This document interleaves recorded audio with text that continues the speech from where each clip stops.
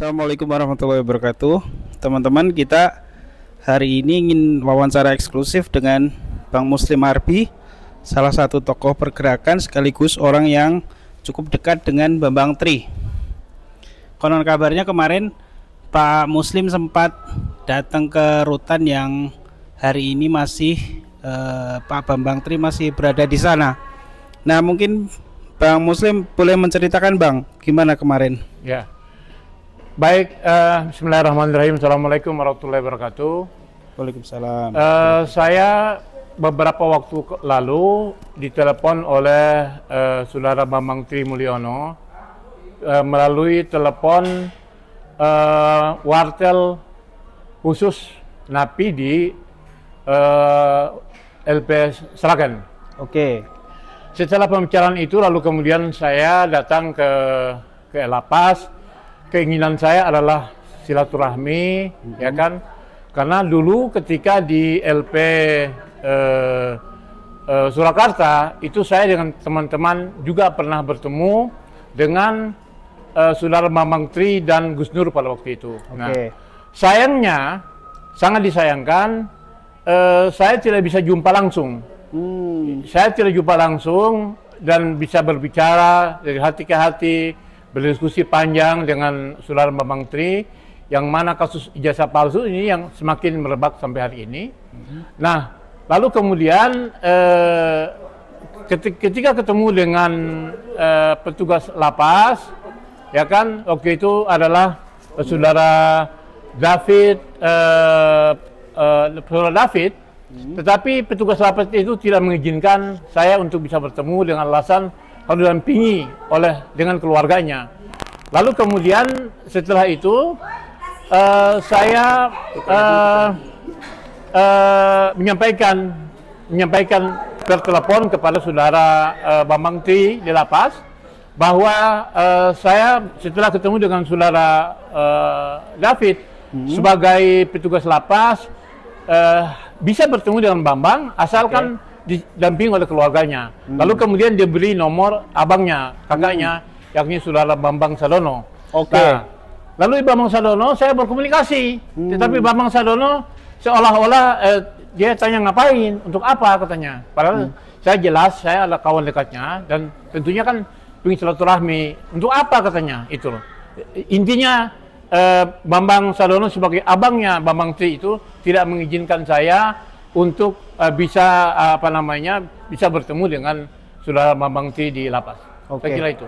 Oke, yang kedua, Bang Muslim, kalau boleh tahu sekarang Pak Bambang Tri ini posisinya ada di mana dan apakah Pak Muslim tahu kondisinya seperti apa yang terakhir? Nah, kalau melihat pembicaraan bertelepon dan juga melalui video call, saya lihat kondisi Bambang Tri dalam keadaan sehat, ya kan? Cuman memang dia meminta supaya kita memberikan bantuan. Ya tentunya ya apa saja bisa bantuan, ya bagaimana sih orang menderita dalam penjara itu. Tetapi yang menjadi pertanyaan sekarang ini adalah kenapa putusan untuk Gus Nur dan Bambang Tri itu sama. Nah, dan menjalani penahanan pun sama, 2/3 masa penahanan. Tetapi Gus Nur sudah bisa bebas, sudah bisa keluar. Bebas bersyarat. Nah, sedangkan Bambang Tri sampai hari ini masih masih tetap di lapas Sragen. Nah, saya bertanya kepada petugas lapas pada waktu itu, saya tanya, katanya mereka sedang mengajukan usulan ke pusat. Ya kan? Tetapi menjadi persoalan sekarang ini seolah-olah tidak ada keadilan di situ, ya kan? Tidak ada keadilan terhadap Gus Nur dan Bambang Tri yang mana kasusnya kan sama saja itu kan. Betul. Nah itu. Nah jadi saya bertanya kepada Presiden Prabowo, ya kan?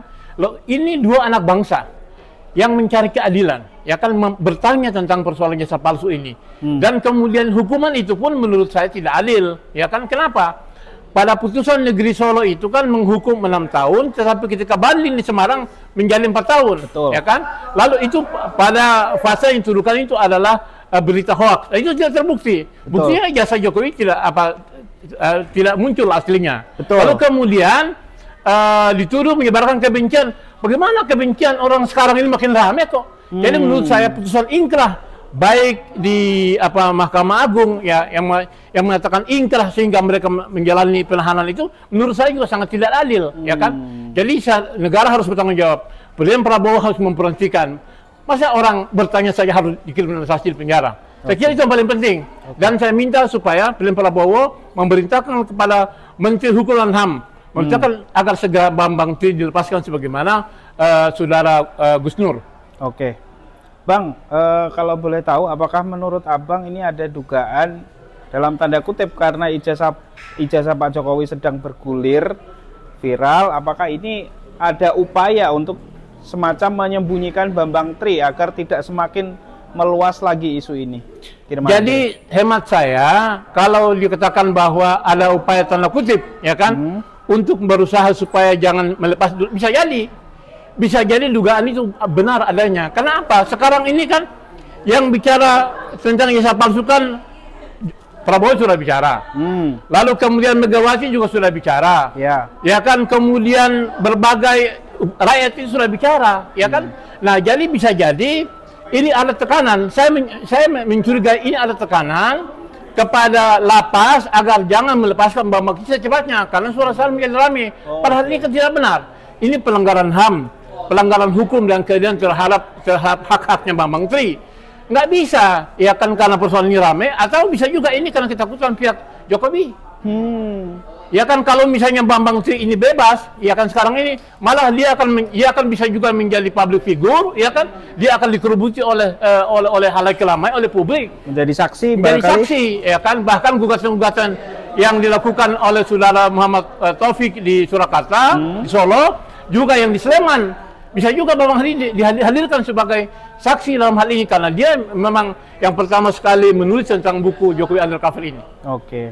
Terakhir Bang, harapannya terhadap institusi kepolisian yang hari ini sedang disorot oleh masyarakat soal ijazah palsu, terutama kemarin di Mabes Polri setelah mengeluarkan statement identik ijazahnya Pak Jokowi.